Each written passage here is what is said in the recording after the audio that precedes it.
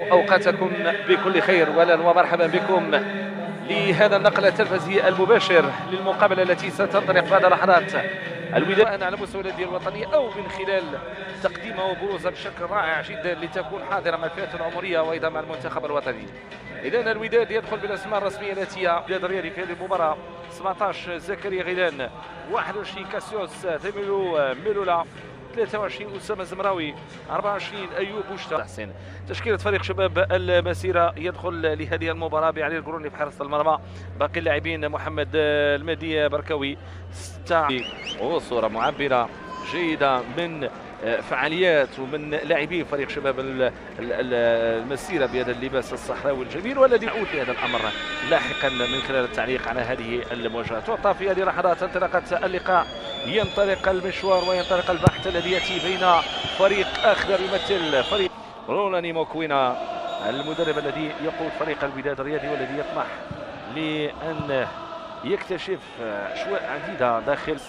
تذكر شخصيا المقابلة اللي كان بالنزول للقسم الوطني الثاني، كرة ملعوبة هناك في مدينة فاس، محاولة فرصة بالراس لكن تغطية تصويبة من جديد، تغطية تعود لصالح فريق شباب المسيرة ولكن تغيب التصويبة مرة ثانية تعود عند سفيان شوقي، تصويبة إلى خارج رقعة.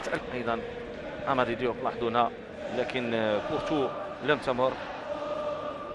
المشاركة التي تأتي بعملية هجومية، محاولة الجهة اليسرى كان بالإمكان أن تكون تصويب، هو أصبح من الركائز المهمة رفقة فريق اتحاد طنجة. كرة أمامية وقس على ذلك مجموعة من اللاعبين، تصويبة ولكن مباشرة صوب الحارس في غياب التسلل وخروج الحارس.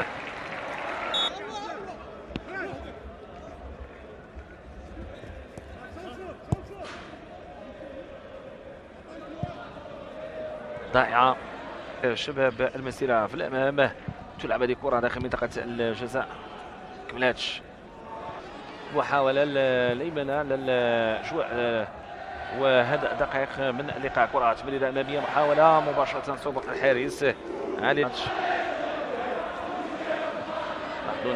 ضيع الكرة، عملية هجومية لصالح فريق الوداد الرياضي على مستوى خطر أمامي، فرصة ديال تصويب ولكن هناك وضعية مثل التصويب. كرة الوداد الجهة اليمنى، دخول داخل منطقة الجزاء، محاولة ديال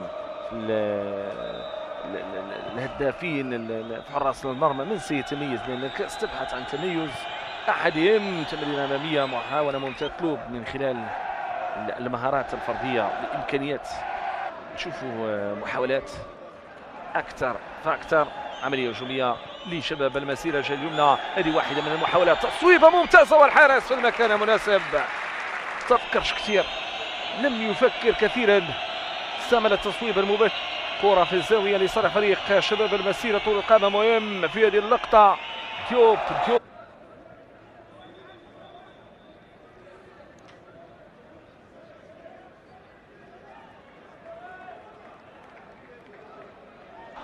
تمريرة أمامية لودادية، محاولة جيدة، خروج الحارس، كرة ممتازة، الحارس لمس الكرة باليد ديالو خارج، لا تنفذ بهذه الكيفية ممتازة جدا، ممتازة جدا من أيوب بوشتا على مستوى التسديد، والحارس كان في المكان المناسب بهذا الشكل.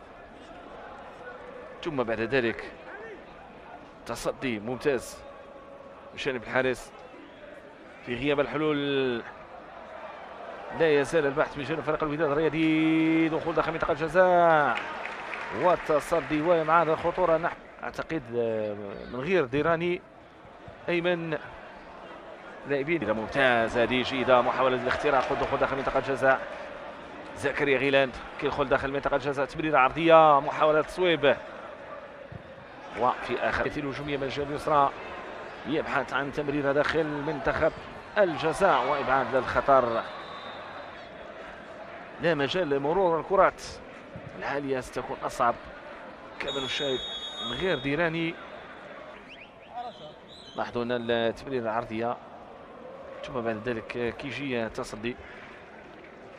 ذكر بأنه مباراة تلعبان تأتي بعض الطرق لتكون موصدة، الشيء الذي تصويبة ممتازة، جول، هدف أول في مباراة اليوم.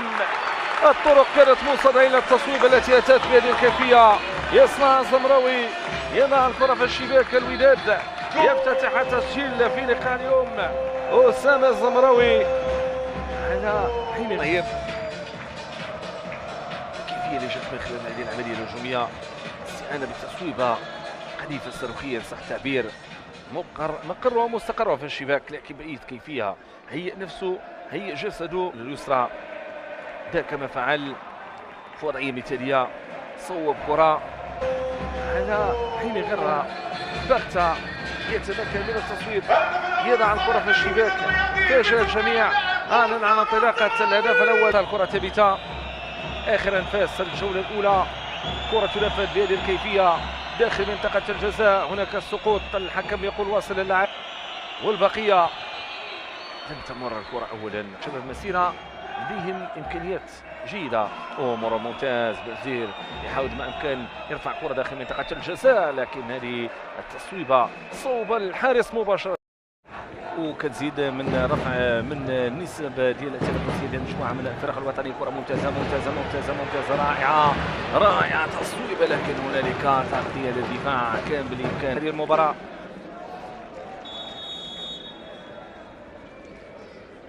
كره تنفذ داخل منطقه الجزاء، محاوله بهذه الكيفيه بهذه الصوره.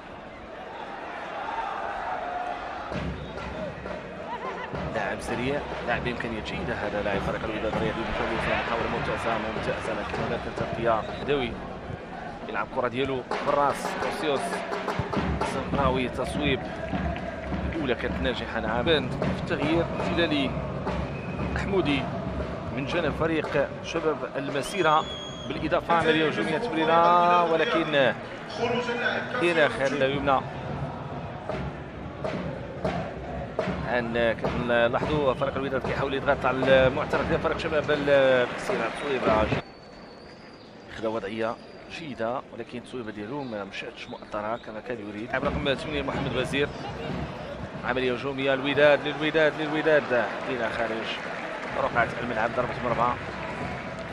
قادر دخل مكانه الفيلالي احمود، ثم اذا شفنا الحفاظ على الكره، انطلاقه من الجهه اليمنى، محاوله ديال اختراق دخول داخل منطقه الجزاء، ولكن بعيده الكره الاخيره كما نشاهد الان. عمليه هجوميه، محاوله داخل منطقه الجزاء، ولكن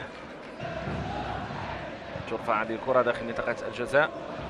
محاوله